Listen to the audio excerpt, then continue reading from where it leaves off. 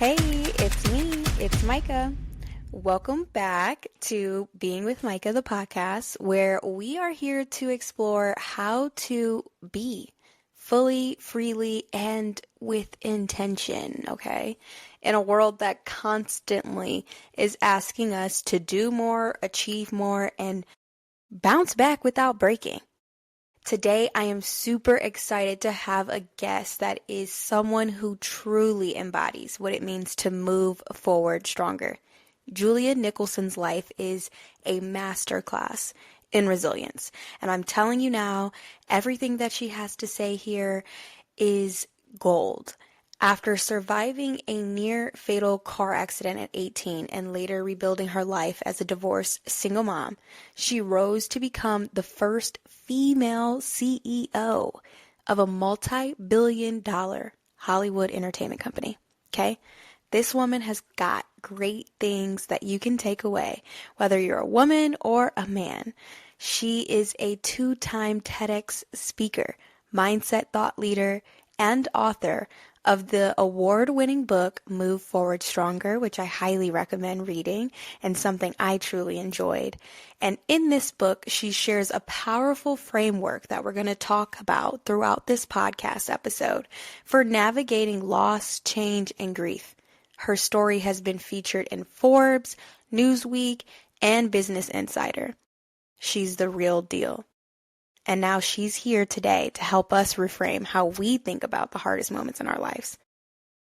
I met Julia last year at one of my close friends from high school, her wedding, and I really feel like we met at a point in my life where I needed to learn how to move forward stronger. And here we are almost a year later where I've read her entire book, watched her TEDx talk, and kind of seen what she's done online and have truly been inspired. So let's get into it. Micah, thank you so much for inviting me. And I too remember our conversation, and it was very impactful for me as well. Thank you. So let's get started with your story. You've been through major, quote, and it moments, those unwanted changes that rocked your world. Can you take us back to one of those defining experiences that ultimately shaped this book? Oh, sure. Probably the first one that in my adult life that really changed the course of my life is that I was a freshman in college. It was my second night of spring break. And I was in a car with my sister and her two friends. And I mean, we are having a great time, right? The windows are down, our hair's blowing all over, the music's blaring. We're singing, doing car karaoke, singing totally off tune and off key. And I was sitting in the car. I was in the front seat and looking at my sister in the back seat, just laughing at something she said. And just as I turned around to face forward, I mean, all of a sudden there was like this flash of these blinding set of headlights, and it was a speeding drunk driver that came ripping across the center line, headed straight for us. And we were hit head on, and thankfully my sister was able to get out of the car on her own, as well as her two friends. They only had minor injuries, but I wasn't so lucky. And being in the front passenger seat, I took the full brunt of the impact, and that impact trapped me in the car. I was unconscious and I needed help quickly. And months of recoup and surgeries, but at 18 years old, all I could think about was how I looked. And unfortunately, in addition to many other injuries, my entire top jawbone was shattered and my bottom lip was almost completely severed. And at 18, as I said, thinking about all I could think about is how I looked. Pretty traumatic to be able to go through the months of recovery, and then the physical healing is a whole different ballgame than the mental, emotional, and trying to face the world, feeling like literally you're like something out of a horror movie. Mm-hmm. And so that is the incident, or the it, if you will, the thing that happened that really changed the entire direction of my life. Well, I'm sorry to hear that that was something that you experienced, but grateful to be able to have this conversation with you years later, and, not only surviving that accident, but also being able to look at that it as an opportunity for growth and being able to move forward stronger. And something that kind of starts off the beginning of the book and just being able to share those different things that people go through every single day, right? Like we all have experienced some sort of hardship, something that's whether it's grief or loss or change that we find really difficult to deal with. And in those moments, it's really easy to kind of isolate yourself and never recover from it fully and deal with it the way that probably would be best. And I think what you shared on top of the car accident and the other it's that happened in your life really gave a powerful testimony of how you're able to be able to reframe your thought pattern and the way that you think about loss, change, and grief, and change the narrative to better impact your life. So, what made you decide to write Move Forward Stronger, and how did your own healing influence your message behind the book?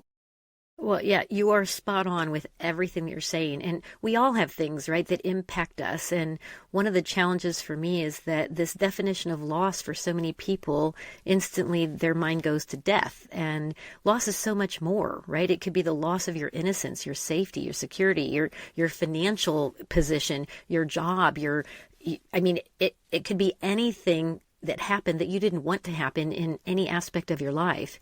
And what finally pushed me to write this book was I had been asked so many times in my career how I was able to do what I've done with so much trauma and tragedy that I've had in my life, so many things that happened that I didn't want to happen. And as you shared it, the car accident was just the beginning of my adult life of things that happened that I didn't want to happen. And I got to the point, Micah, where I really felt like people, when they were asking me that question, when I would look at them, I started to be able to see myself in them, right? This kind of shattered emptiness, just looking for just an ounce of hope that they too have been struggling with one or more things that have happened. And I just felt compelled that they needed to have an answer that was more than, oh gosh, everybody goes through stuff in their life. I'm no different. And I got to the point where I thought, no, they actually need something other than just some nice platitude or some, push off that, oh gosh, no, everybody has something. And when I really started to stop and think about how I was able to do it, this framework that is in my book is really capturing the how, right? And giving people some hope. And people have actually called it a roadmap. And as we know, roadmaps have detours and we, go the wrong way and a one-way road. And there's multiple ways to get to the end result, quote unquote end, which is being able to move forward stronger with what happened instead of carrying forward what happened and those feelings of grief and sadness and depression and anxiety and really just wanted to give people some hope that there is a way, right? This whole idea of loss and grief being forever linked together, that they're a package deal, was something that was really harmful to me after that car accident. Because from a mental emotional standpoint, like you said, I isolated myself. I withdrew from life. I truly thought that that was as good as my life would get. And I spent so long in that dark hole asking why me. I just kept digging myself deeper, and I felt so helpless, hopeless, and powerless to do anything or be anything or see anything differently. And so the book really is about that answer to how can you move forward stronger when something happens you didn't want to happen and it feels like this is as good as it's going to get. I really like that you frame the term it as, something like these things that we don't want to happen that end up happening, and how loss is just so much more than death. It can be those little things that happen in life that become so overwhelming that make us start questioning why me? And this leads perfectly into the next question that I had to you, where, one of the powerful moments in the book is when you shift from asking why me to why not me. That part really stuck with me. And my question for you is, why do you think it's so easy for people and human beings to just internalize pain like a punishment? And how can we as people start to reframe that pain into purpose, like you were able to, now we're at the point where you're able to provide this framework and this guidebook to be able to help lead towards that. Yeah, I think that was a literally a watershed moment for me with that shift from why me, which that really kept me in my head, filled with all these thoughts about my life is ruined. This is the way it's always going to be. I'm always going to feel this way. And that shift from why me in my head, why not me, actually got me into my heart. Why not me? And I started thinking, I wouldn't wish this car accident and the injuries and the surgeries and the pain, and I wouldn't wish this on anyone. And when I started thinking, why not me, I literally felt like I shifted from my head to my heart to be able to feel gratitude. And the cool thing was I started to notice things. Once that shift happened, asking why not me, I started to notice things that I never noticed before, but they were there. But when I started feeling gratitude, it was like, one of the things I talk about in the book is that I never noticed before that shift from why me to why not me. I never noticed before that the car that I was in that night was a car that was being built at that time, had the longest front end of any car being built. And I needed every inch of it to survive. Never occurred to me before. So that shift from why me to why not me, and the idea of being able to reframe something instead of seeing it terrible, horrible, awful, worst thing that could have ever happened, that's looking back, right? It's like, what did I lose? And looking at the why me, why now, why this? And then being able to pivot that, and instead of asking why questions, start asking what questions. What can I learn from this? What can I do with this? What positive or possible good can come out of it? And that started facing me forward instead of looking backward so much.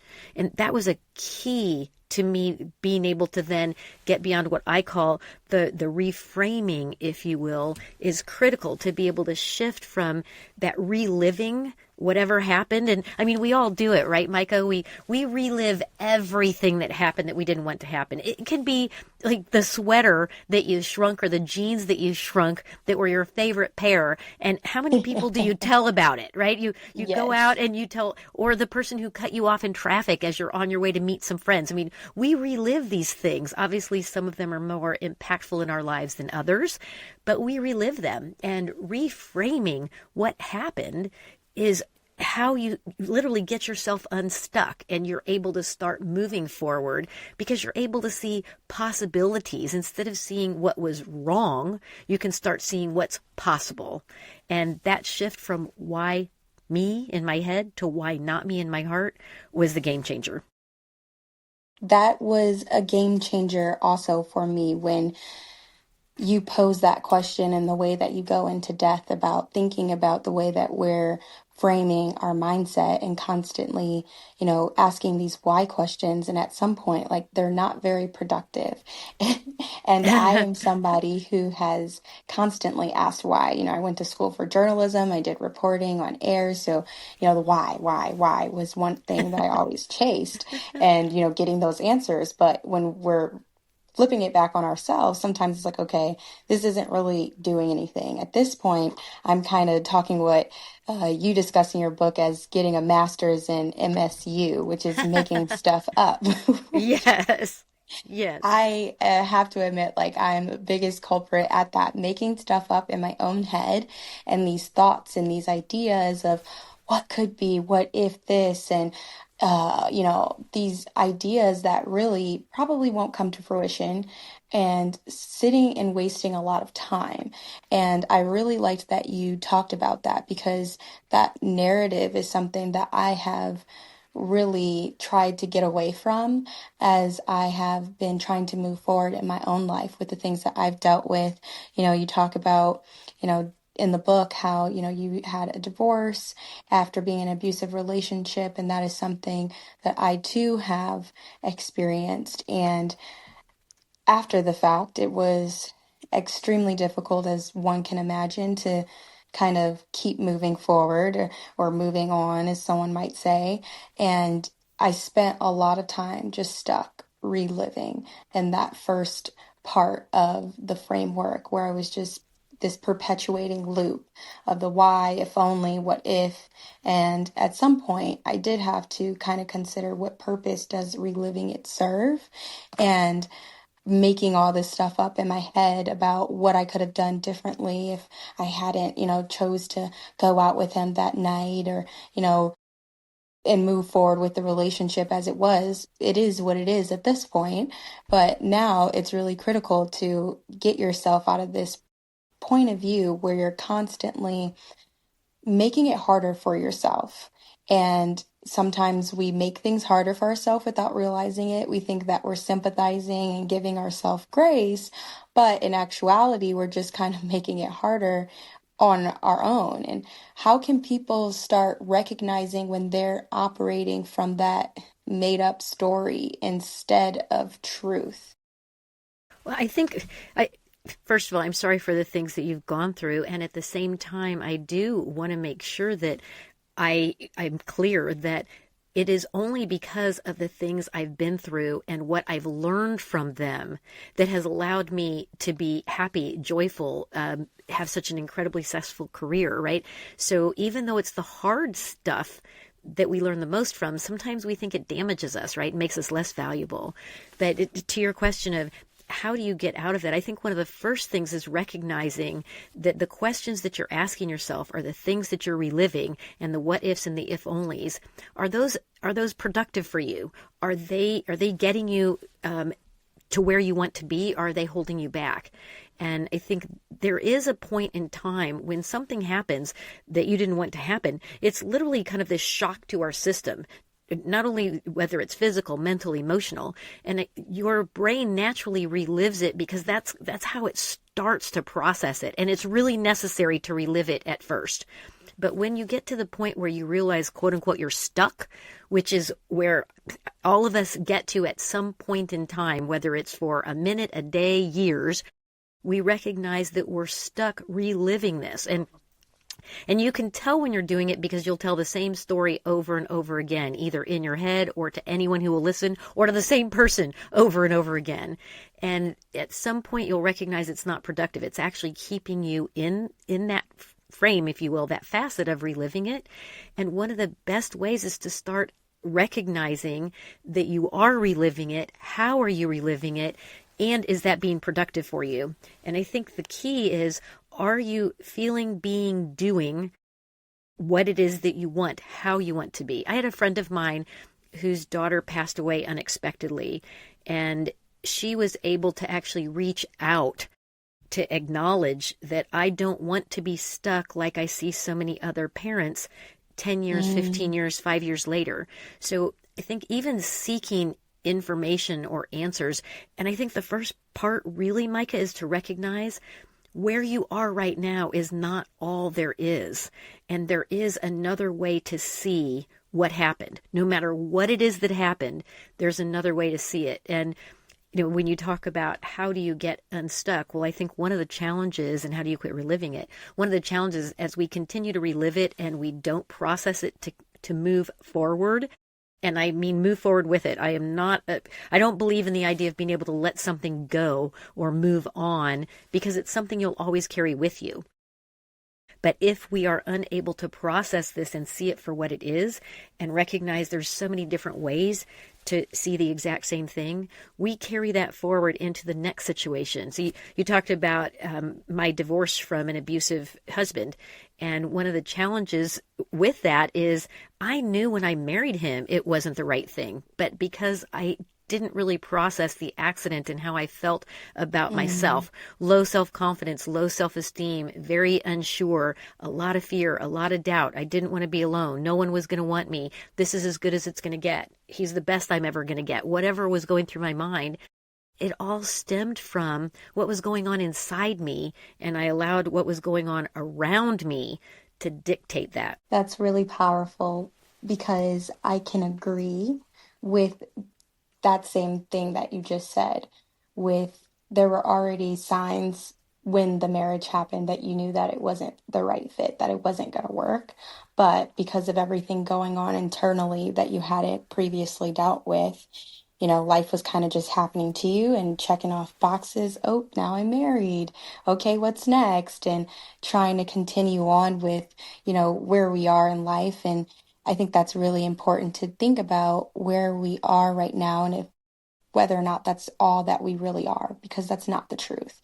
There's No, so much opportunity to redefine who you are and how you want to be perceived in the world. And that just takes you making that conscious decision to be able to truly step into that and really bring it to the forefront that this is the time that I'm going to take to change my life and take control of it and not let life happen to me. Or go ahead. no, you're absolutely right. I mean, the really when you start to peel back this onion, I think one of the biggest challenges every human being faces is that they don't recognize they have this innate power that they're born with. It's not something you have to find, tap into, or unleash. We've already done that. And I think that that plays into some of these decisions that we make and some of the places we get stuck and the things we relive. And it has to do with our confidence, our courage, and our resilience, and not recognizing that the more confidence that we have, the less probability we're going to get stuck in these things that literally pulled the rug out from underneath of us or threw us for a loop or left us in shock. And, I want to make sure and acknowledge that I am not talking about only surface things. In addition to, as you know, you read my book, is in addition to the car accident where I should have never survived, and then an abusive marriage. As I share in the car accident, my husband took his own life, which is still one of the hardest things that I have ever had to process and had to work through. And the experiences that I had earlier on in my life actually gave me the tools to be better prepared. Not that anybody is ever prepared, but to be better prepared to process that so that I didn't get stuck. And this whole idea of confidence and courage and resilience is literally the foundation of this, right? I mean, if I had had more confidence and courage and resilience, I don't know that I would have gone into that marriage. If I had had more confidence, I don't know that I would have taken that job. If I had, right? I mean, there's so many things that play into that and how you show up in the world. And at the root of all of this is what's going on inside of ourselves. What stories are we telling ourselves? What beliefs do we have? And the it's that happen in our life, the things that happen we didn't want to happen, that's a big piece of it. What are we telling ourselves, right? What if and if only are two really, really damaging questions for us, because those usually lead us to that guilt and that blame and that shame game. And it's a no-win situation. And our mind plays tricks on us. I like to call it mental gymnastics, right? And when I look at with my husband and him taking his own life, or the car accident, or the abusive marriage, if only I would have, or what if I wouldn't have? And what I came to recognize is these are games we play with ourselves with that guilt and blame and shame, because if I would have done or said the opposite of what I did and the outcome was still the same, I'd be asking the same questions in reverse, right? It's like, and then recognizing, wait a minute, this is not productive. And there's nothing about this that is helping me process this and continue to move forward. And that's the key, is knowing when what you're doing, what you're saying, what you're asking yourself, is it productive for who and how and where you want to be or want to go? And if the answer is no, then it's, all right, what's it going to take for me to just take one tiny step forward? Just one. The point where you talk about peeling back, like we're like an onion. Yes. And, when we are, my therapist, I think it was years ago when I was at ASU, actually, I started seeing her after I was sexually assaulted. And the school kind of, once they found out about it, they were allowing me to go to therapy. It was like a requirement, once they knew, it was like, okay, now you're in therapy and you can get this help for free. And we were getting to a point where we were unraveling a lot of these other things interconnected with this one specific experience. And she talked about how, you're like an onion, I have to peel back all these layers. And because she was just a therapist at school, and at some point I was going to graduate, the semester is going to come to an end, she didn't feel comfortable with peeling back all those layers. And so she helped me find someone that was in the community that was able to do so. And I think with those experiences, and when you talk about confidence and courage and resilience and how we may have been lacking of those things, but all of those different experiences allowed you to be able to build upon that and to be better prepared. Though, like you said, we're never truly prepared for anything that happens in our lives. But at some point, there's this uh, silver lining in it all. If you want to look at things in a more positive way and in a way that you can actually do something with it instead of staying stuck, and instead of saying, why did this happen to me? Now I have to deal with this, now that. It's like, okay, well, is this my end? Is this my story? Is this where it all ends? Am I going to just drop out of school because this thing happened to me? Or am I going to learn the ways to be able to move forward and get out of this rut? And I love that your mantra that you talk about in the book is stop, start, and continue. And it's a way for you to kind of get out of that reliving loop where we're constantly playing these different scenarios, we're making stuff up, we're putting ourselves through the mental gymnastics. And I just love how practical and self-aware that mantra is. Can you break down how someone can use this mantra to reset their thinking or behavior and get honest about what's helping or hindering their ability to move forward? Sure. And yes, stop, start, continue is for me anchoring, because when I start feeling like I'm going down a spiral or I'm in that pit, right? It's you got gut punched and you're on the mat, or somebody pulled the rug out from underneath you, whether it's a relationship, a job, a money, right? Any of those things. Literally, my first thought is, what do I need to stop doing? And primarily, it comes down to, I need to stop churning the thoughts in my head of the worst possible case scenario, right? It's like that dress rehearsal for tragedy. And looking at, stop telling yourself these things about a future that hasn't even been created yet. And stop blaming yourself for things that you absolutely had no control over. Stop literally laying around in bed. Stop scrolling through something that is just absolutely mindless and doing nothing for you when there's so many things that would be more valuable for you. And then the second piece is start doing things that you know will be good for you. And I'll give you an example. One of the things for me is I recognize that music can change my mood instantly. And when I am in that dark, deep pit of despair, and it doesn't even have to be that deep, right? It can just be, it's pretty dim. I know that if I put on some upbeat music, something that makes me want to move, gives me happy feet, my mood starts to change along with it. And I can't help but at least start feeling differently in a positive way. And that is one of the tools that I use to say, okay, what do I need to start doing? Well, how about putting on some music? And I can say this is not easy. Sometimes I go kicking, screaming, right, stomping around. Ugh. But I also recognize that this is something that's going to be better for me, because nobody's going to do it for you but yourself. And so start doing something that is going to be helpful.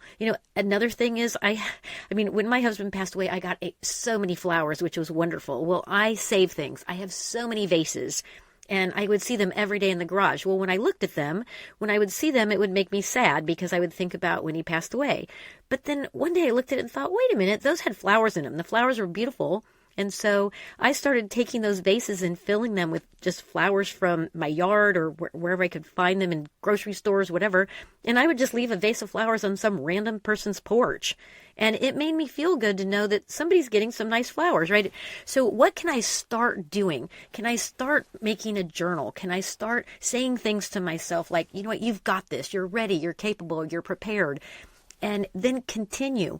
Are there things that I'm already doing that are helping me? Like, for instance, I like to cook. One of the things I started doing was making baked goods and donating them, whether it was to something at church or something in a class or to people at work. And what can you do that actually makes you feel better? And literally getting out of your head and into your heart is where the stop, start, continue foundation is. Stop doing things that are dragging you down or keeping you stuck. Start doing things that you already know make you feel better. Another thing that I use is I started planning things that I would force myself to be committed to, even if it was just to go take a walk with a friend or meet somebody for coffee or tea. But if you give yourself something to look forward to, then it forces you to quit looking back and to start looking forward. So those are some of the things that have worked for me. I love that you talk about just making plans and like starting to make plans for yourself and putting things on the calendar, because that's one thing that I have had to start practicing a lot more as of late. You know, I moved to North Carolina last year and made the decision come here with, my own, it's just my family. I don't have any friends. I do have a one high school friend that I was able to connect with, but in terms of community, where I was in Arizona or California, like it was no longer. I was going to have to actively seek to do things since I didn't have that community already standing here when I moved. It was probably 2 or 3 weeks ago, actually. Someone I had met, we met at the airport, and it turns out we were both flying back to the same place. She was a reporter on air, and I was going to school for journalism, and she overheard me. I think I was trying to get some homework in, realized I didn't have Wi-Fi on on the plane, and was panicking trying to get it done. She's like, "Oh, you go to ASU," and she introduced herself and realized who she was. And I was like, "Oh my goodness, I'm the president of my National Association of Black Journalists at ASU, and we'd love to, have you around and host some events." And so through that, we were able to form a connection, not knowing that she would end up moving to Charlotte. And here she is in the city, and she's been posting these, videos and different social media posts about different events that she's hosting around. And one day I saw it while I was working, and I saw it on Facebook, and I was just like, wow, what would happen if I just went? I'd already planned on reaching out to her, but for whatever reason was contemplating like me needing a reason to reach out to her. Like I needed to have things in order and, all that, making stuff up. You come up with all these reasons not to do something. And Yes. so I finally started doing something. I said, okay, you know what? I'm going to go to this event. Showed up, and I was like, hey, Charity, do you remember me? And she's like, of course I remember you. You're my NABJ baby. I thought you looked familiar. And since then, like we've been able to connect, and we've had offline conversations, and she's invited me to different things. But I realized how important it was for me to start putting things on my calendar, especially with other people, because it's easy to say you're going to do something yourself and just kind of clear your calendar on your own, because there's no one, that accountability piece, there's no one there to help you follow through with it. And so I have been to doing that start.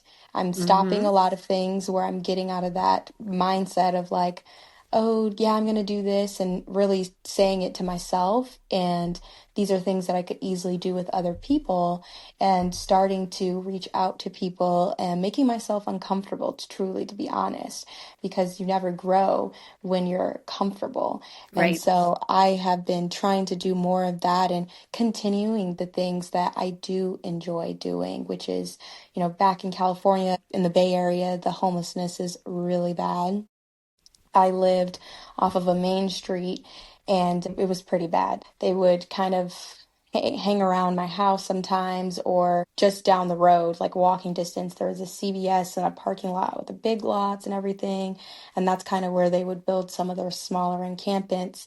And so, with my experience growing up, I did enjoy feeding homeless with the family. That was something my dad like really wanted us to do, to one, be grateful for where we come from and the things that we have. And it really stuck with me. I made field trips out of it to go feed the homeless in high school with my DECA club, and reported on homelessness while I was in LA on Skid Row. And I continued to do the same thing on, I think it was Thanksgiving. I made so much Thanksgiving food. It was just me and my husband at the time, or my ex-husband, and I made all this food and packaged probably like 20 meals for Thanksgiving, put them in this packaging. I can't remember what, I gave them some sort of dessert or something. I had dessert in a cup and packaged everything with the silverware, and was going around town, passing it out, not just where I lived, but in the other areas in Santa Rosa where the homelessness was bad. But when I did those things and continued to do the things that I knew made me feel really good, I realized that this is a way out for me. And so even after my divorce, still being able to participate in that. And now that I'm in North Carolina, I'm working with a new nonprofit that helps people here in the Carolinas, and Mm-hmm. they're pretty well known for making sure that people have economic mobility and helping them get off the street and education, giving them enrichment programs and just little things. And so now I'm helping out with them and continuing what I already started, Right. and keeping up with those good habits is really important and something we don't talk enough about. Sometimes we're already doing things, we're just not doing it enough. Right. No, absolutely. And I mean, you hit on something that I think is so critical is that it's been scientifically proven that when a person does something for someone else, it could be as simple as holding a door open or something that requires much more time and effort. There's chemicals that are released that are actually they're termed a helper's high.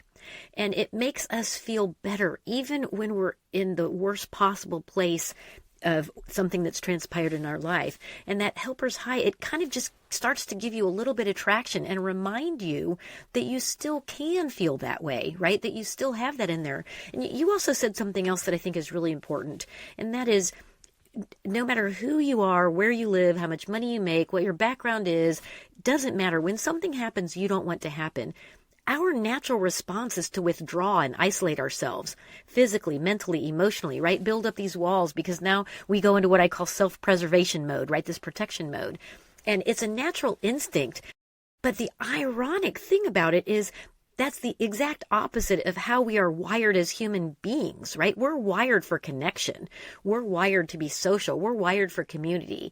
And the things that you're talking about are spot on for anybody who has had something. And it doesn't matter, as I said, personally or professionally, that when we isolate ourselves, we actually disconnect and make it more difficult on ourselves, not recognizing that what we're doing, even though it's a natural human instinct to withdraw and protect, but the longer we do that, the harder it is for us to reconnect. And it's not only reconnect to other people, it makes it harder for us to reconnect to ourselves and who we really are at our core.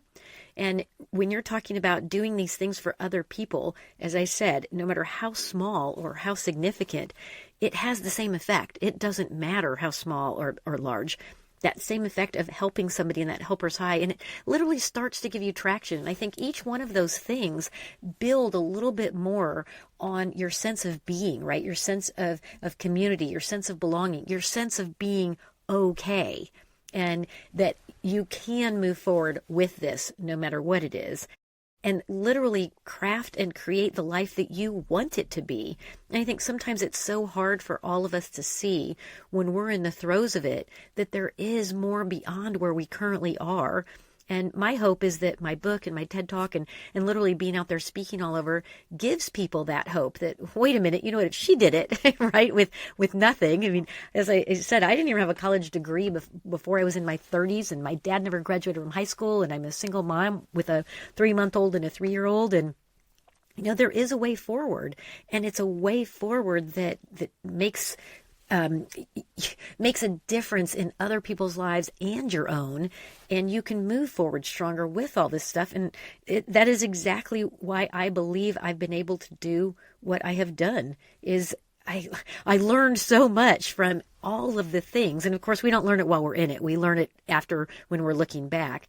And it creates not only these tools and skills that you might use in different circumstances, but it also creates empathy and compassion and understanding and literally this humility and this heart to help.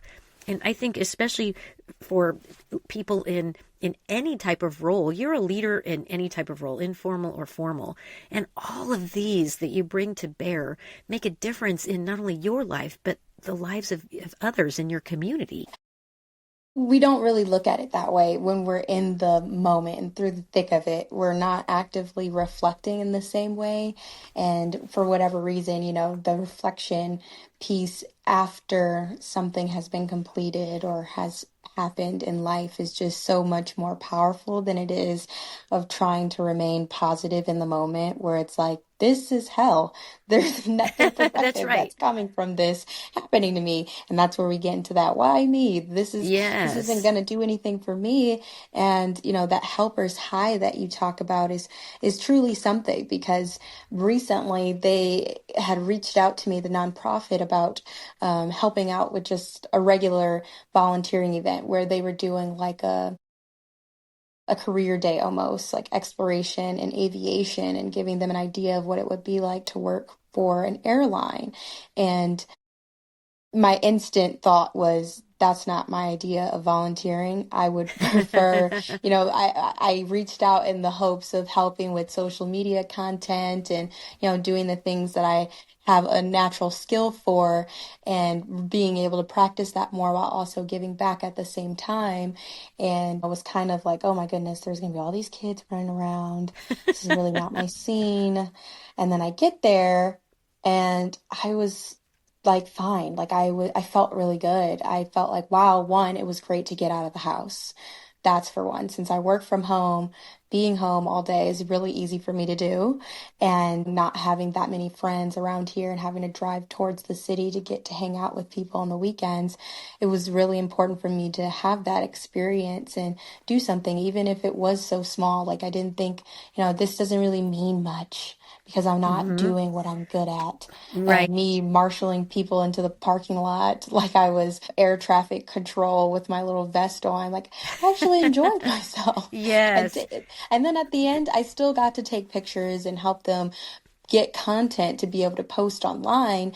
But it's those little things that really add value into our lives and into others.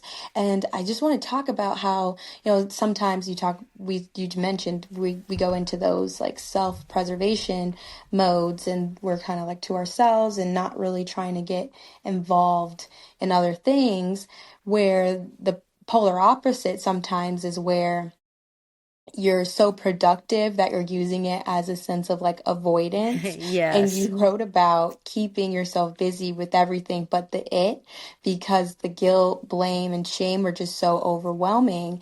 And I too can admit to this. After my ex and I decided to split, um, I was just going through the motions, never took a Hmm. single day off of work, and was showing up every day. And then suddenly, I'm trying to get ready for work and I was just like falling asleep. I ended up going to the doctor concerned, thinking I was sick or something, because I had never experienced just sleeping throughout the day and missing work, where my boss calls me and they told me, sounds like you got a lot going on. You really need to just take the time to process what it is you're going through. Like your body is forcing you to Yes. recognize that you've been through a lot, and it's not something that you can just quote move on from. You really need to process that. And sometimes we get caught up in that productivity. And that's what I was doing. I was throwing myself into my work and showing up and trying to be the best executive assistant I could. But how do we recognize when our busyness is just avoidance? And what did it look like for you to finally sit still with it? It's interesting that you say your body told you, and our body is an incredible gauge of the bigger picture and what's going on and what we need. And I think so many of us do such a great job of taking care of everything else and everyone else except for ourselves. And mine was almost the same thing. It's that you just get to the point where you're just worn down and you start to feel it health wise, either mentally, emotional, physical, and your body literally just tells you you have to stop because you are exhausted, you are dehydrated, you are sleep deprived, and you just can't do it anymore. And I think for me, same thing. I'm a driver, right? I was determined to prove that I was good enough, that I was okay, that I wasn't a failure, that I could defy all of the odds that everybody told me can't be done because, right, of all of the baggage that I carried from anything that has happened in the past. And same thing, right? I'm trying to raise a 3-month-old and a 3-year-old. I'm working full time. I'm working 2 part-time jobs. I'm also going to school trying to finish my degree. And there is no time left for me. and recognizing that just exhaustion moment of I can't do it anymore. And I remember sitting on the floor with my head in my hands crying, thinking I can't do this anymore. And I had to really just sit. And I got to the point of something that I call the state of be, where we forget that we're human beings, not human doings. And I was so busy doing everything that I could think of, right? Whether it was PTA or bake sales or school or projects or volunteering, or that to be able to just be with yourself, with your thoughts, with those quiet moments, with the dreams you quote unquote used to have for the future, with the plans that you wanted, and literally allow yourself to just be. And at first, I felt guilty about it. Oh, I should be doing all of these things. Right now, I'm shoulding myself. I should do the laundry. I should go read a book. I should study for the test. I should, whatever I came up with in my head.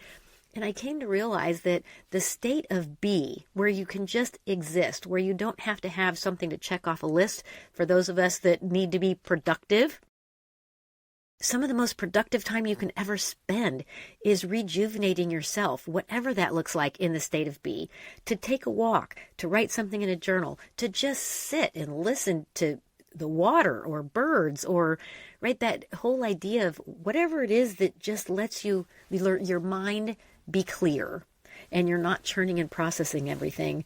And I came to realize that that is one of the most important things. And I never realized that I think that's what people are talking about when they're talking about meditation and yoga, because to me, those were concepts that I don't have time to meditate. I don't have time to do any of those things.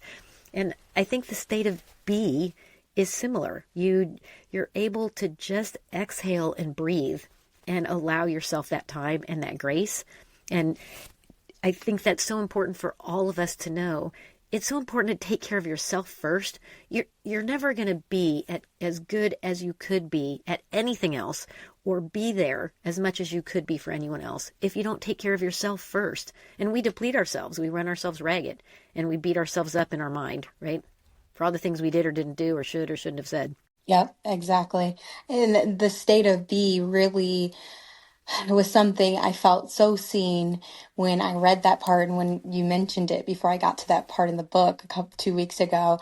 And reading it, I just realized how important it is to be in that state where you're not necessarily doing too much and you're not looking at what you're not doing or looking at it as like, oh, I'm not doing enough.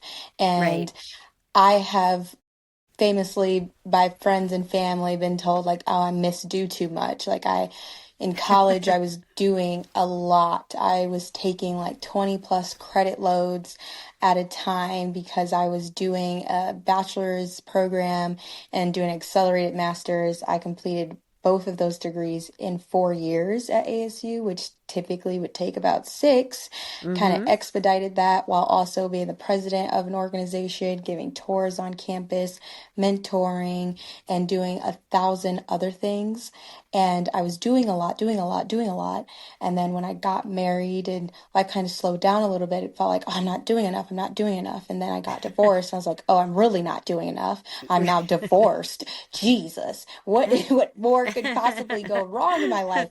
I don't have a husband. I have a dying dog that I need to put down soon. And everything in my life is going wrong. But after I was able to leave, and looking, it's more of a reflection thought than it was in that moment. Because at that time I was like, there's nothing worse than having to move home. Like at this point in time, like, great, Yes. my life's over. This is not what I defined or had planned for myself. And I truly started to realize now that that's exactly what I needed to just be. I didn't need to be focused on what I wasn't doing. I was right where I needed to be. I needed to be taking the time to heal and to really heal the inner wounds that I had from my childhood, things Right. that weren't dealt with that kind of influenced the way my life went and the decisions that I made, how I got married and so on and so forth. And so I really love that you talk about that. And I too find meditation extremely difficult. Couple years ago, I tried to do Oprah's like meditation. She has like a soundtrack to go along with this book that she has with Deepak. and I would fall asleep while listening to it. Right. And I'm just like, I don't really know what I got out of that besides a nap. Right. No, exactly. Actually, what makes it harder for most of us is our how we're socialized in society and their views. I mean, I remember just the judgmental comments. One of the first times I ever went out after my husband passed away, and I went out to lunch with a friend of mine, and I remember someone coming up to me and give me a hug, saying, "I'm so sorry, and don't worry, I won't tell anybody that you're here." Implying that me going out to lunch after my husband died, and this was probably, I don't know, 2 or 3 months later, that it wasn't okay. And it's amazing that people say things that they don't mean what they say, but the way they hit and the way they Yeah. land is so difficult. And I think it even makes it harder in society when you've experienced something and you're trying to meet all these expectations of other people. And in the state of B, it's really powerful to take a step back and be able to say, is this what I want? I mean, I remember when I finished my undergraduate degrees and I was so excited, to be a non-traditional student. Right? I'm in my 30s going to college I already have 2 kids and I've already been married and divorced. And so it's tough enough, but to finish it. And then I decided to do a master's. And I remember a family member looked at me and said, "Are you never happy? Is it never enough?" With almost this implication of Mm. that I'm trying to prove something. And I really Yeah. had to get real with myself. And one thing that was really important to me is I came up with this kind of test for myself. And I've used it now so many times in my life. If there's no one else around to see you doing it, wearing it, driving it, living in it, having it, do you still want it? And if my answer to that is yes, then I know I want it for myself. But, sometimes we are socialized that we don't realize we're literally performing for someone else. Do they like our hair? Do they like our clothes? Is my degree okay? Is my car okay? Is my house going to be okay? Is my apartment okay? Right? It's like, wait a minute. When do we stop and take a step back?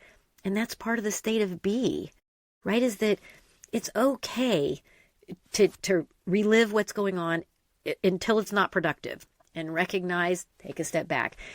You do need to reframe because your first instinct is the worst possible case scenario, that dress rehearsal for tragedy. And that state of B helps you to start centering on what is it that you want? What do you want the rest of your life to be? What do you want it to look like? And what has happened in the past does not define you or dictate your future or determine anything about the future unless or until you want it to or you let it. I mean, you talk about having that self-doubt and should you do this or is this okay or fearful? And so about a year and a half ago, I was invited to speak at a high school. And this fear and doubt washed over me of what am I going to say to high school students? I'm this old dinosaur, right? I'm somebody that's already, been in this career and I've had college and I've been married. And what am I going to say to relate to them? And I went through this huge hours and days and weeks of this fear. And I just finally took a step back and said, wait a minute, there has to be something that I might be able to share that might be able to help them. And I recognize that we all struggle from the same thing. It doesn't matter, how many jobs you've had, how much money you made, what your career says on the outside, whatever it is, the things you have on your wall, the plaques you have, the medals you have, we all suffer and struggle with this idea of confidence and courage. And we have this fear about no matter what it is, fill in the blank. We're not blank enough, not good enough, not smart enough, not rich enough, not tall enough, not pretty enough, not whatever. And recognizing that, wait a minute, Julia, you're experiencing the same things that you're out there trying to help people with. Take your own advice. And the cool thing is, I leaned into it. Yes, I was afraid. And as you said, it's spot on true. You grow when you move into your uncomfortable zone. Okay, I'm not quite comfortable with this. I'm comfortable speaking in corporate audiences and adults, but to speak to students in high school and getting over that fear, like you said, oh my gosh, you got a lot of positive out of what you did when you volunteered. The response from these high school students was so overwhelming. It was like the wind that I need beneath my wings to prove to myself, if you will, they proved it to me that we all feel the same way, and we all have something to share, and we all have something that we were put here to do that no one else can do.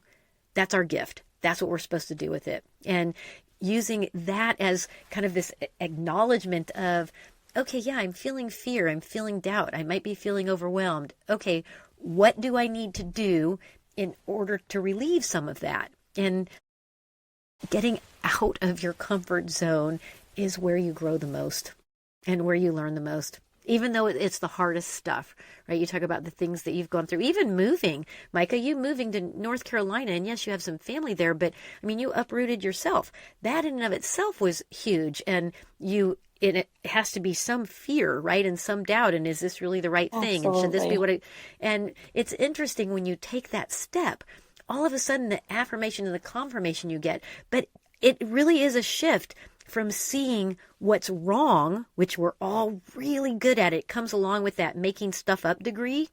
Seeing what's wrong to shifting it to see what's possible. I mean, one of the things that I share in my book that was really literally an eye-opening moment for me is one of the things that came together that saved my life in that car accident was the seatbelt that I put on as a joke. And it wasn't just the seatbelt. Not only did I put it on, I tried so many times to take it off that night on the way to the party, which is where we were going, and it wouldn't budge. And I am getting mad. Yes, I'm getting mad. I'm getting upset. It's like, I got to get the seatbelt off. I'm going to my first college spring break party, right? This is going to be epic. And I'm going to meet my Mr. Right and all of the stories that I made up in my head. And I was getting more angry and more irritated by the minute on the way to this party. Well, turns out, fast forward, when I finally am able to shift from continually looking at what was wrong, this is terrible, awful, to shift to what's possible. It's a longer story that we don't have, but it's in my book, that it turned out that a penny had gotten lodged at precisely the right angle in that seatbelt to keep me from taking it off.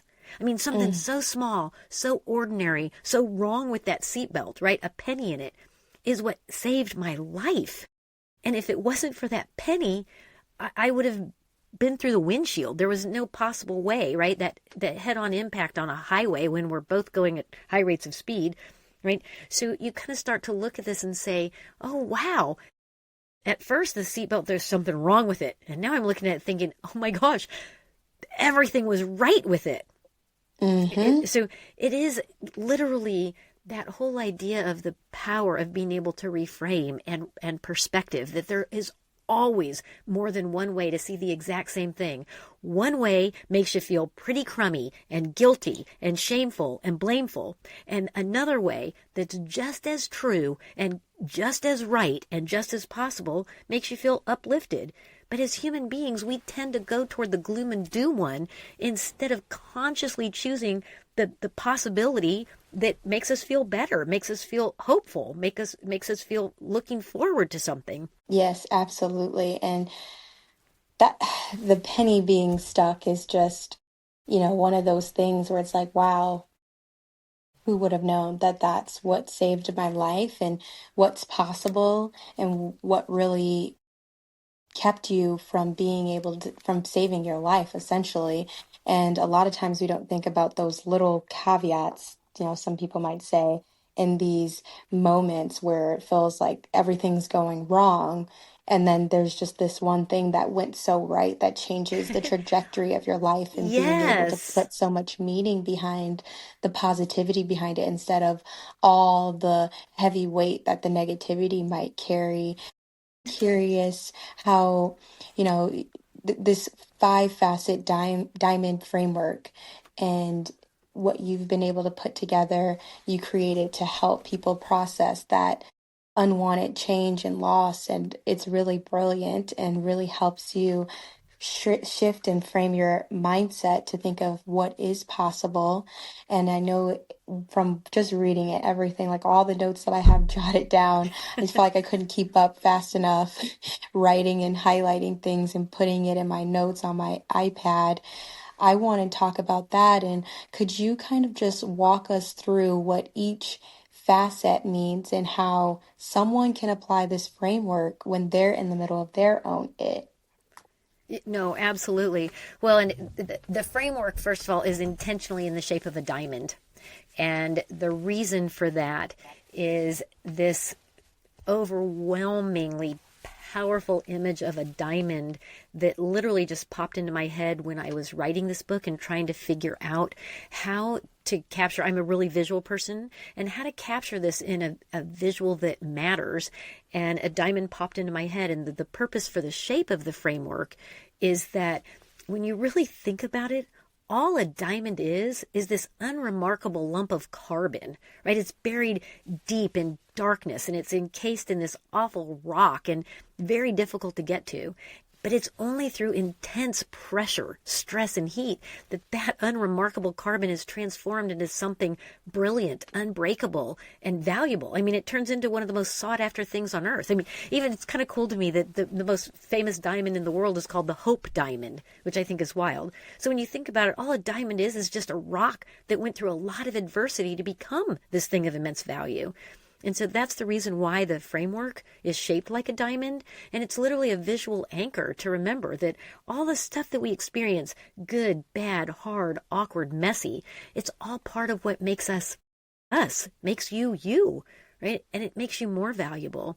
And so this framework is looking at it to be able to say, okay, what does it take? And the framework is not necessarily in order. These are not steps, right? It's not prescribed like that you have to follow these and check them off, recognizing that it's dynamic, that you can be in any one of these facets of the framework at any time. And sometimes you go back and forth in between them, and you can be in more than one at the same time. So being able to understand it is dynamic, which is why it's so applicable no matter what it is that you've experienced, dramatically life-changing or just something irritating. So the first piece of the first facet of the framework is to relive it.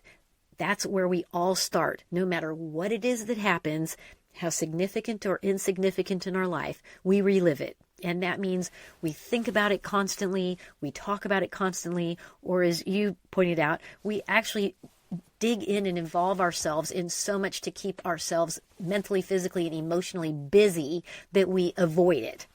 And relive is really important. That is when our mind first starts to make sense of what happened and to process it. The good thing is it's productive when we first start to relive it. But the longer we relive it, we run the risk of digging ourselves into too deep of a hole and creating this rut, if you will, in our brain that we get stuck in, almost like a car tire that gets stuck in a rut in the road where it's harder to steer. The more and more we relive this over and over again, as I said, all three ways, talking about it, thinking about it, or avoiding it, that rut gets deeper and it makes it harder to get out of relive. But when you are ready, and you'll know it because you'll get tired of being in relive and you'll acknowledge that you're in relive, to be able to then take a step back and really reflect on it, right? I mean, what thoughts am I reliving, and what purpose is this serving? Is it helping me process it or keeping me stuck? And one of the things that's really interesting in relive is that I think so many of us get stuck in this relive stage because it's easier to continue to process or to continue to stay in those feelings of grief and loss and sadness and depression and anxiety as we're reliving it. But what we don't realize is that what happened and our feelings about it are not coupled for forever. And these feelings of grief, those are just emotions, just like feelings of happiness or excitement. And I started to recognize that we hold on to these feelings of grief and anxiety and depression. We hold on to those like we're always going to feel that way, but not recognizing that why don't we hold on to the happiness and the excitement and the anticipation? We've had those feelings too. And I think we need to really start looking at when we're reliving it, how are we feeling? How is it making us feel? And then in the reflect, we can actually start to ask ourselves some questions like, what is this making me feel? What purpose is this serving? What is it that I can look at differently? Is there a different way to see this, right? And there's always more than one way to see something. So Absolutely. that's the second phase of reflect. And it is common to go back and forth between relive and reflect. I mean, I still relive parts of the car accident. I still relive parts of the abusive marriage how many years later. But the key is that I know now that I'm in relive and I have the tools to get myself out of it and to go into a different facet. So the first facet is relive. The second facet is reflect. The third facet is to reframe it. And that whole idea of reframing is recognizing and accepting that there truly is more than one way to see the exact same thing. And it's kind of cool because one of the analogies that I use, or the examples I use, is that artists spend a lot of time trying to choose a frame for their piece of work, whether it's a painting or an oil or pastel, and they recognize that the frame that someone puts around their work really determines how they see that artwork or how they feel about it. It literally changes their mood. And the idea of reframe is we need to start looking at all of our feelings and our thoughts about whatever it is that happened are the frame.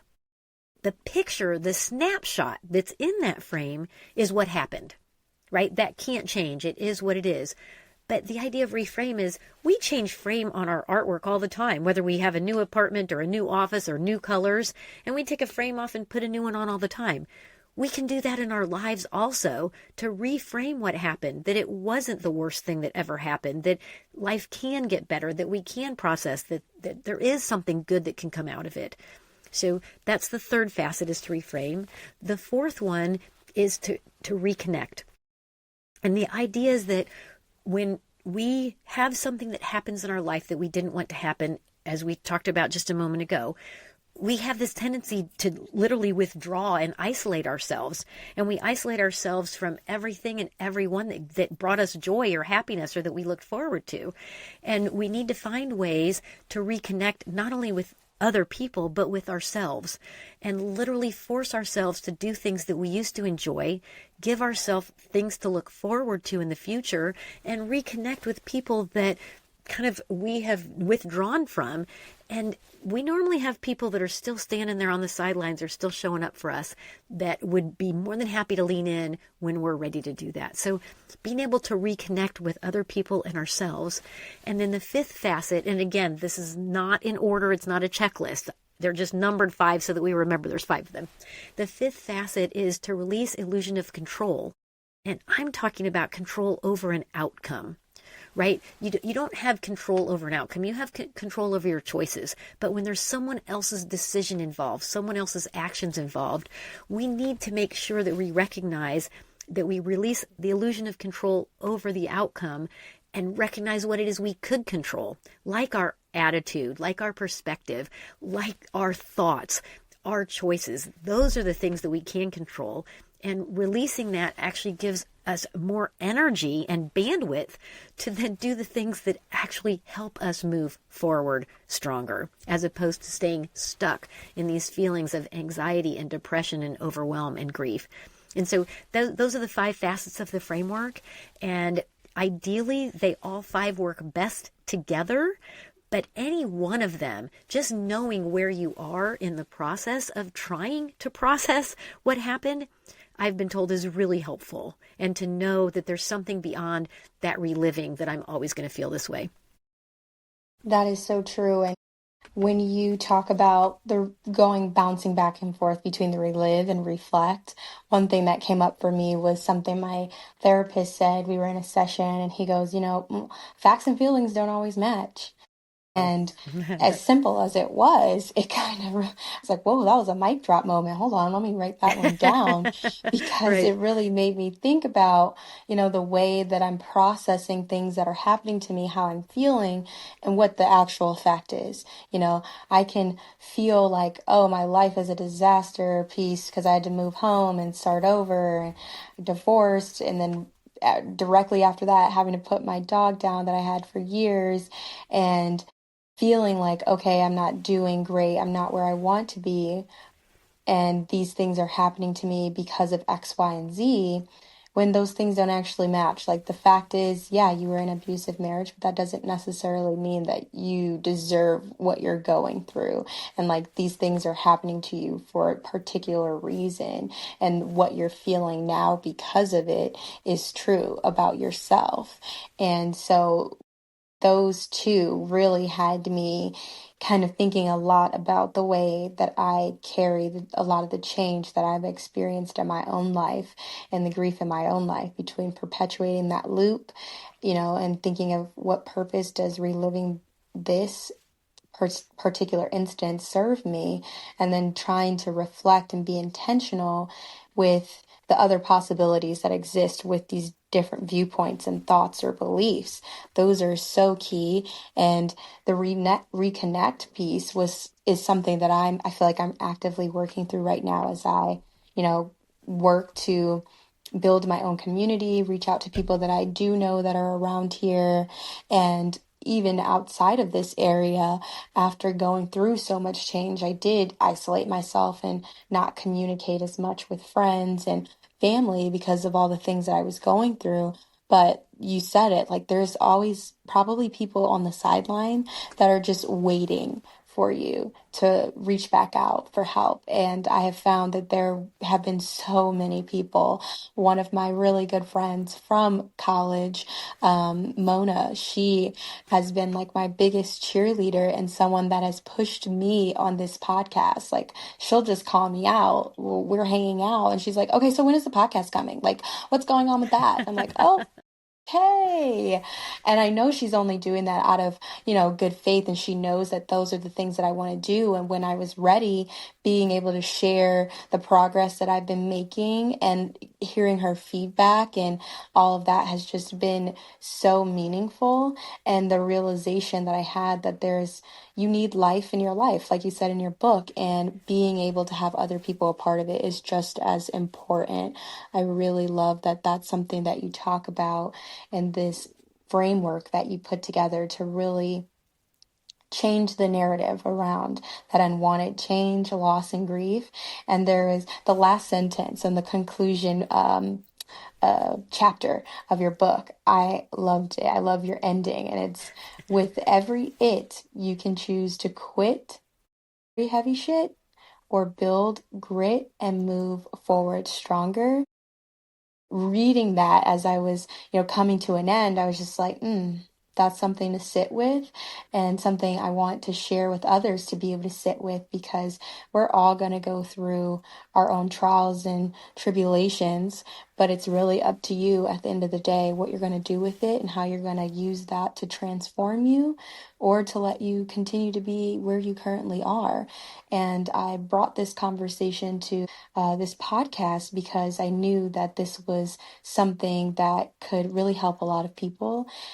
Just recently having read this and now wanting to be able to be more intentional with how I'm going to apply it in my own life is something that I'm super excited about, because now I feel like I have something tangible.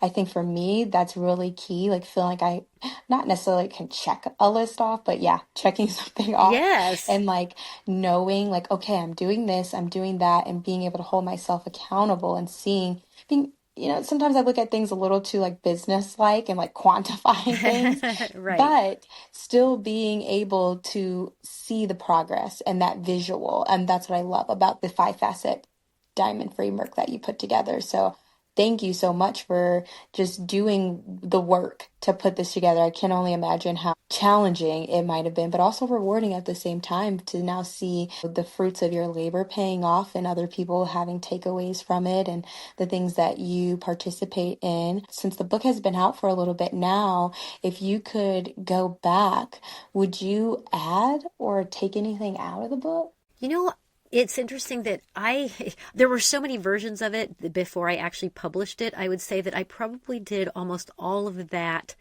before. And I mean, literally, just the entire book writing process is a whole nother podcast, Micah, to say, okay, how do you even go about this? Because I had no idea, right? I mean, this was something totally out of my comfort zone. But no, I think I did all of that in the editing process. I think literally there are probably about 38 full versions of that book that I kept rewriting and rewriting. For me, you're absolutely right. It's so fulfilling and so heartwarming to know that there's maybe something that I shared that's going to make a difference in one person's life and maybe help them, because there was nothing that helped me that was out there in the marketplace, whether it was in books or pamphlets or anything like that. And I recognized, because there was nothing that was specific talking about what do you do when you have something that happens in your life and you're still here, as opposed to, okay, you've just been given a terminal diagnosis and you have only how much time to live, which is where the conventional wisdom of the stages of grief talk about. And knowing that putting the effort into this and all of the things that I've been through in my life and learned and want to share might help just one person makes everything worthwhile. And I actually have now started talking about a second topic, shifting your power, right? Redirecting it to making it work for you instead of against you. And Yes, your new some of the TED same, Talk. yes, that's right. I just gave that TED Talk. It's the TED Talk is titled, "What if the power you trust most is working against you?" And I'm really, really excited. I just gave it literally on Saturday. It will take probably a month or two before it would be on the internet, but it's the same principle and they go together of, I believe that if in fact we all are able to strengthen our confidence, courage, and resilience and know how to do it and have the tools to do it, which we all have, then when these things happen in our life, we are able to move forward stronger just a little bit sooner. And I want to make sure it's clear. We all need to take time to process something that happened. Doesn't matter what it is that happened. We need to take the time to do that and to hear loud and clear. You don't have to get stuck there. There's so much more waiting for you beyond that. I mean, I am literally thankful that the things that I've experienced in my life I have, and was able to learn something from every single one of them and apply what I learned going forward. I think that made all the difference. And that realization of, why do we always get stuck in reliving the hard, difficult, awkward, messy, sad, devastating moments? Why don't we get stuck living the positive, uplifting, happy, joyful, excited moments? I mean, we could do that if we started trying, right? It's just a matter of, Mm-hmm. of reprogramming, because they're all triggered. Like you said, fact and feelings don't always match. I couldn't agree more. And in addition to that, why don't we start reliving the feelings and the experiences that brought us such great momentum and strength? I mean, that's really what we should all be striving toward. And it's amazing what happens when you're able to do that. And my hope and my passion is that this framework helps people. It's one more tool to help them get some traction, to know that there is something so much more, so much better beyond where you currently are. No matter what it is that you experienced, there's so much more. There always is so much more, and all of those things that you have experienced, and including you and I, obviously, they have led us to this exact moment. Whether you're listening to this now, I believe that everything happens for a reason, though in the moment, a lot of time, I'm like, there is absolutely no way that I was Yes. meant to be the person to deal with this specific circumstance. But it really does. Everything does happen for a reason. And I'm just so glad to be having this conversation with you, because it is hard to find resources out there that actually add value in the sense of being able to help guide you out of where you are. I feel like there's a lot of books you could find that just talk a lot about what you went through and that kind of thing, but not necessarily something to help guide you through it and to see the other side and the meaning behind it all. And I am very particular with the books that I read. I used to be a bookworm when I was younger. I used to fly through my Junie B. Jones books and stuff like that. Right. And then I started taking the AP classes in high school. I was like, oh, this reading stuff is pretty dead. I don't think I'm going to be doing this for fun anymore. Right. Especially once I got to college, I was skimming through those as much as I could and searching PDFs. It's like, I'm just going to get my book online so I can search through it. It's easier than having to flip through the chapters with my like each individual page looking for the right section. But Right. this book, I truly enjoyed it. Every single page, there was something to take away, and I've got post-it notes inside of it, and just to be able to go back and reflect on those different pieces that really stuck with me.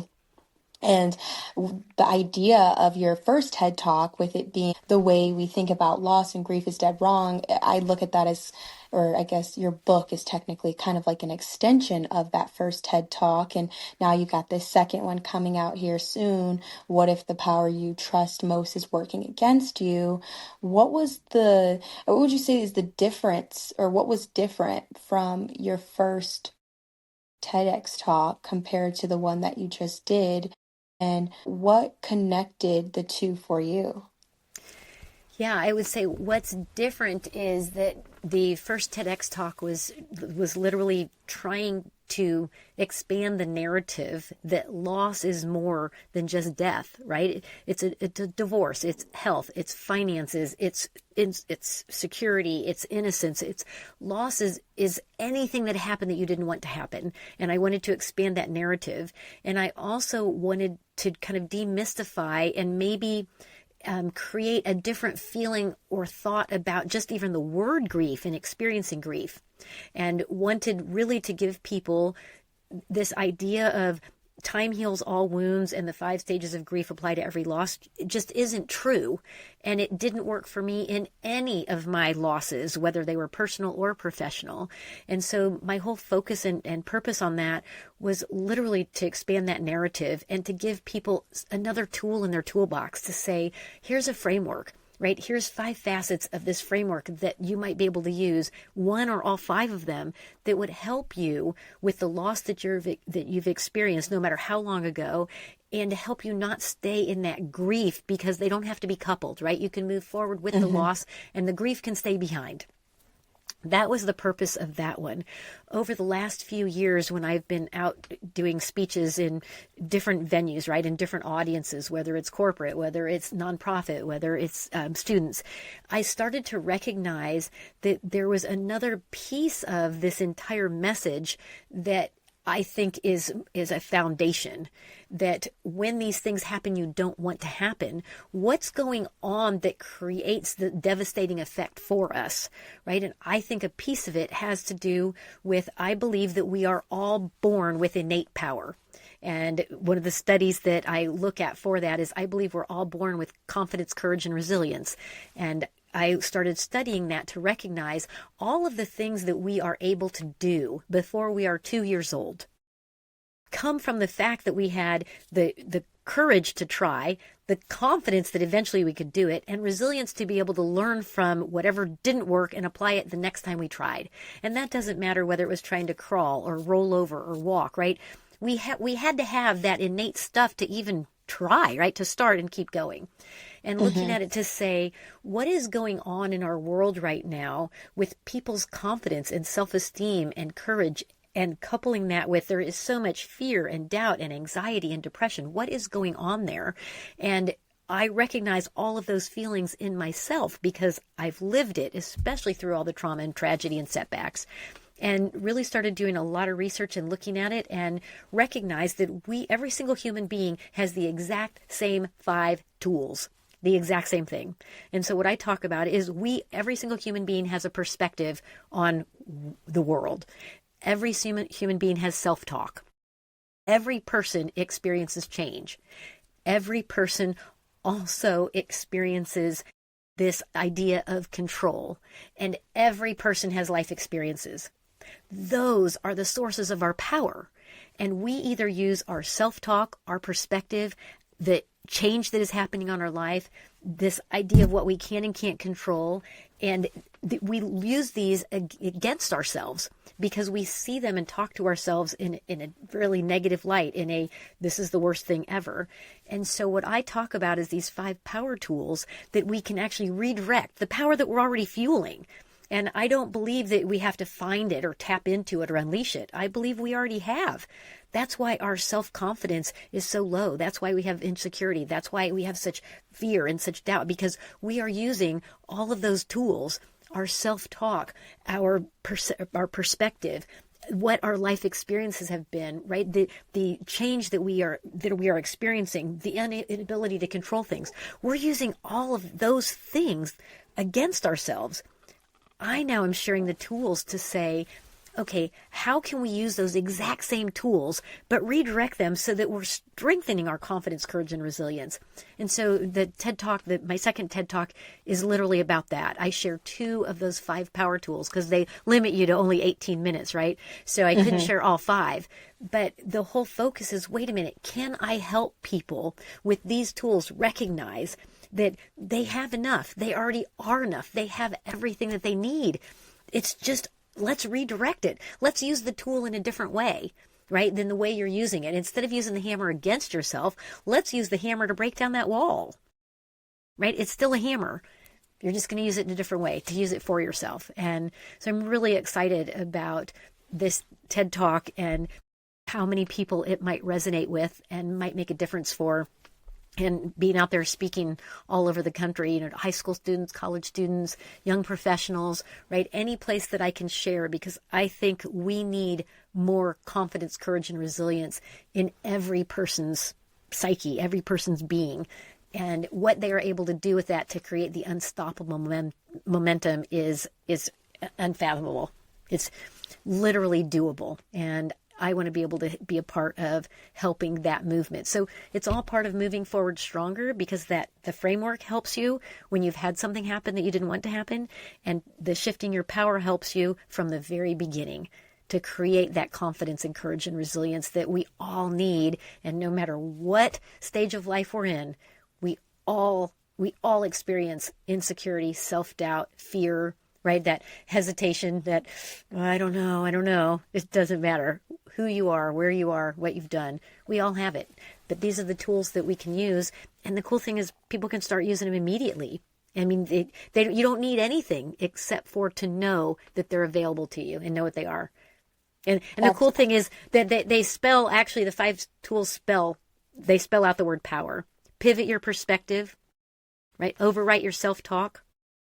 Wear your life experiences proudly, embrace change, and release control over the outcome when someone else's decision is involved.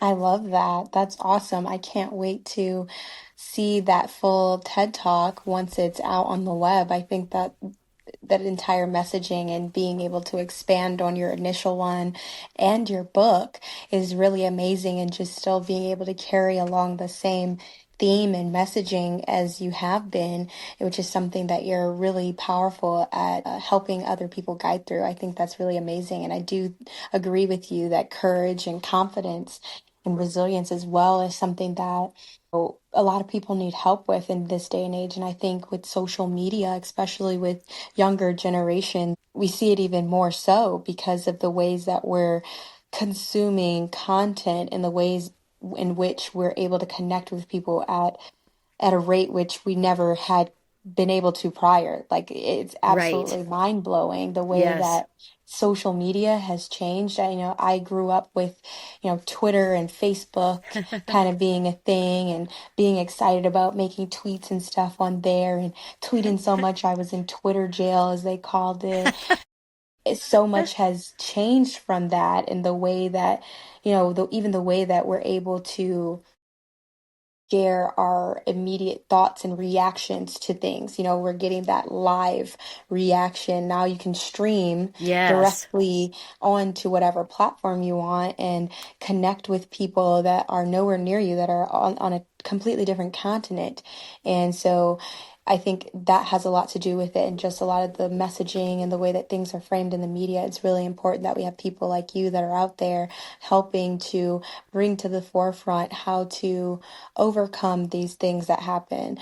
As I could only imagine what it's like to be a child in this day and age with as much technology as there is and not having experienced life with how almost meaningful it is because of the impact that it has on everyone on a day-to-day basis and the way that we interact with one another. So I think that's amazing. I truly cannot wait to watch that TEDx talk. You'll definitely have to keep me posted once that gets published so I can, share the links and all that stuff as well on my podcast once we go live, and being able to direct people to hear more and find out more about you. Now we're kind of coming to an end here. We've been talking for a good amount of time, and honestly, I could probably talk to you all day long. I love this conversation that we've been having, and one of the things that I like to ask all my guests before we wrap up is, it ties back into the idea of my podcast, Being with Micah, and similar to that point in your book, The State of Be. For you, what does it mean to be in this season of your life? What does being look and feel like for you? It means to me being fully present and appreciative and having that gratitude for all of the things that I have experienced and the anticipation of what's in the future, right? So being genuine, being authentic, being accessible, being available, and showing up. And the interesting thing the State of Be taught me is that I believe that everybody gets their air from something, right? Some people it's their job, some people it's sports, some people it's money. For me, I have recognized when in the state of Be, for me, I get my air from soul connections with other people. And so being authentic and genuine and showing up for me is what I get most out of the state of Be. And that's what it's like for me. And I wish that everyone could experience just the positive of the state of Be, that you are being productive, probably more productive than any of the doing things that you're doing, right? It's like that just being, we get so sidetracked with it, but the state of Be for me is being genuine and authentic and present and fully present. I love that. That's pretty much about the same definition that I would give. And when you pointed out that that was the section in your book, I kind of fangirled over it because that's exactly what I want to bring to this podcast and these kinds of conversations and all the different areas of our life that require us to navigate adulthood and how difficult it is, but still remembering at the end of the day that, we're human beings, we're not human doings, and we have to give ourselves grace when necessary. And so I just appreciate you so much for being a part of this. You gave us tools, truth, and tenderness as well. This conversation is going to stick with people. And I just want to ask you, is there anything else that you want to mention or leave with the audience that we may not have covered today? Not that I can think of. I think you asked such great, insightful questions. And, the most important thing is for everyone to know that you have all the tools that you need. You were born with them. And you can make your life whatever you want. Don't be swayed by societal norms or other people's opinions. I mean, truly, you have it. You have what you need. Go out there and create the life that you want. You have the ability to do that. And to me, that's the most important. But I would like to say, Micah, thank you so much for the podcast that you're bringing to people, for the messages that you're bringing to people, for the heart that you have to be able to want to bring these types of messages, because I agree with you. People need this. I think they're struggling. And the whole idea of social media is all about comparison and comparing. Can I do that? Do I look like that? Does my life look like that? And the sad thing is that what people are putting online is not truly how their life is. That's how that particular screenshot or snapshot or short little video is, not recognizing that that's not really their life.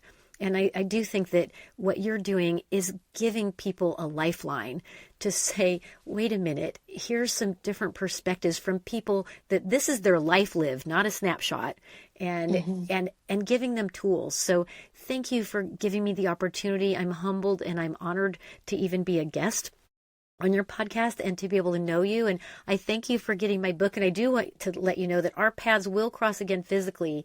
And I want to give you a hug and sign your book because I think that we are both on the same mission and approaching it in a different way. And I support everything you're doing. And thank you so much for giving me an opportunity to chat with you today. Thank you, Julia. I can't wait, and I'll definitely make sure I have my book around when I make it back to California so I can get my signature on it. Well, you know what? Maybe I'll I find a speech in North Carolina and we can meet there. I'll find a group to speak to and make sure that it's somewhere close to you.